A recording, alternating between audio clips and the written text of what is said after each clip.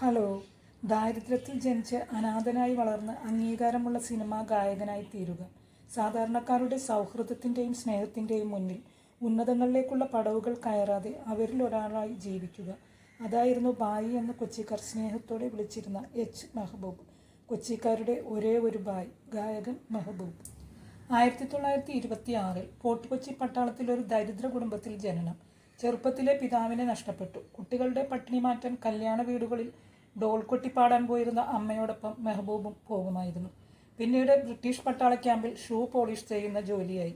ഇക്കാലത്ത് പട്ടാള ബാരക്കിലെ പാട്ടുകാരനായി. ദാരിദ്ര്യത്തോടൊപ്പം ബായിയോട് കൂട്ടിച്ചേർന്നാണ് സംഗീതം.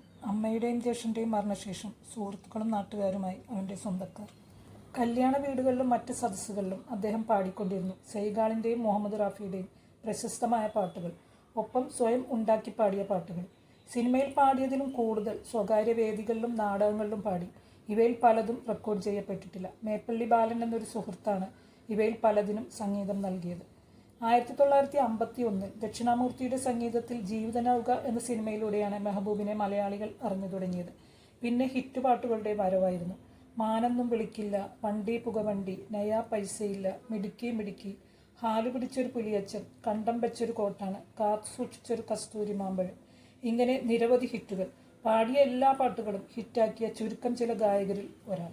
മലയാളത്തിലെ ജനപ്രിയനായ ഗായകൻ, പക്ഷെ ജീവിതത്തിൽ പരാജിതൻ. 10 വർഷക്കാലമാണ് അദ്ദേഹം സിനിമാ ലോകത്ത് നിറഞ്ഞു നിന്നത്. ഒന്നാന്തരം പാട്ടുകാരനായിരുന്നെങ്കിലും ഹാസ്യ ചുവയുള്ള പാട്ടുകളാണ് സിനിമയിൽ അദ്ദേഹത്തെ തേടിയെത്തിയത്. പക്ഷെ തൻ്റേതായ ശൈലിയിലൂടെ അദ്ദേഹം അവയെല്ലാം മനോഹരമാക്കി. സിനിമ ഒരിക്കലും അദ്ദേഹത്തെ പ്രലോഭിപ്പിച്ചില്ല. മദ്രാസിലെ സ്റ്റുഡിയോയിൽ പാടിയാലും രാത്രിയിൽ തന്നെ അദ്ദേഹം തിരിച്ച് കൊച്ചിയിൽ എത്തുമായിരുന്നു.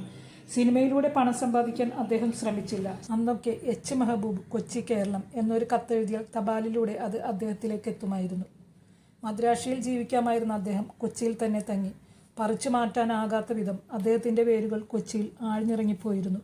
മൈലാഞ്ചി രാവുകളിൽ മതിമറന്ന് പാടിയും ക്ലബ് ഗാനകളും മേളകളുമായി അയാളായി തുടർന്നു. മലയാളികൾ അദ്ദേഹത്തെ ഇഷ്ടപ്പെട്ടു. അദ്ദേഹത്തിൻ്റെ വിലയും ഉയർന്നു. പക്ഷെ ബായി മാത്രം ഒന്നും അറിഞ്ഞില്ല. അയാളുടെ വെറും നിലത്ത് ജീവിക്കാൻ ഇഷ്ടപ്പെട്ടു. സിനിമയിൽ അദ്ദേഹത്തിന് കിട്ടിയതെല്ലാം കോമഡി ഗാനങ്ങളായിരുന്നു. ഇത് അദ്ദേഹത്തെ ദുഃഖിപ്പിച്ചിരുന്നിരിക്കാം.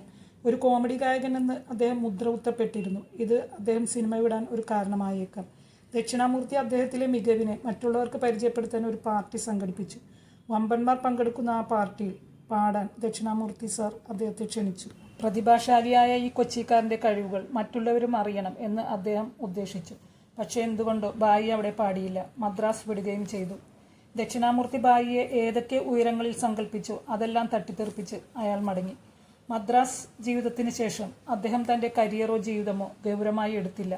അതുപോലെ ഒരിക്കൽ 1958 മുസ്ലിം അനാഥ സംരക്ഷണ സംഘത്തിൻ്റെ ധനശേഖരാർത്ഥം കൊച്ചിയിലെത്തിയ മുഹമ്മദ് റാഫി തൻ്റെ സുഹാനി രാത്ത് എന്ന പ്രശസ്ത ഗാനം മെഹമൂദ് പാടിയത് കേട്ട് അദ്ദേഹത്തെ ബോംബെയിലേക്ക് ക്ഷണിച്ചു.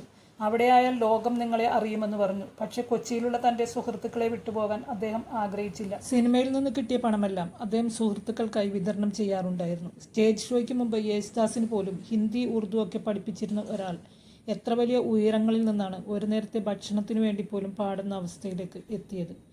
എന്തുകൊണ്ട് അദ്ദേഹം സിനിമ വിട്ടു? എന്താണ് അദ്ദേഹത്തിൻ്റെ ജീവിതത്തിൽ സംഭവിച്ചത്? മദ്യവും കൂടിയായപ്പോൾ അദ്ദേഹത്തിൻ്റെ പതനം എളുപ്പമായി. ദാരിദ്ര്യത്തോടൊപ്പം രോഗവും അദ്ദേഹത്തെ പിടികൂടി. 1981 ഏപ്രിൽ 22 ആ ഗാനം നിലച്ചു. പക്ഷെ കൊച്ചിക്കാർ അദ്ദേഹത്തെ എന്നും ഓർക്കുന്നു. അദ്ദേഹത്തിൻ്റെ അനശ്വര ഗാനങ്ങൾ പുതുതലമുറയ്ക്കും കാണാപ്പാടമാണ്. അദ്ദേഹത്തിൻ്റെ ഓർമ്മയ്ക്കായി മെഹബൂബ് മെമ്മോറിയൽ ഓർക്കസ്ട്ര എന്നൊരു സംഗീത സംഘം തന്നെ കൊച്ചിയിലുണ്ട്. അദ്ദേഹത്തിൻ്റെ ഈ ജന്മശതാബ്ദി വർഷത്തിൽ അവർ പ്രത്യേക ഗാനമേള സംഘടിപ്പിക്കുന്നു. നിങ്ങൾക്ക് എൻ്റെ വീഡിയോ ഇഷ്ടമായാൽ ലൈക്ക് ചെയ്യുക. എൻ്റെ വീഡിയോ കണ്ടതിൽ ഒരുപാട് സന്തോഷം. ഇതുപോലുള്ള സിനിമാ വാർത്തകൾക്കായി ഇനിയും എൻ്റെ വീഡിയോ സബ്സ്ക്രൈബ് ചെയ്യുക.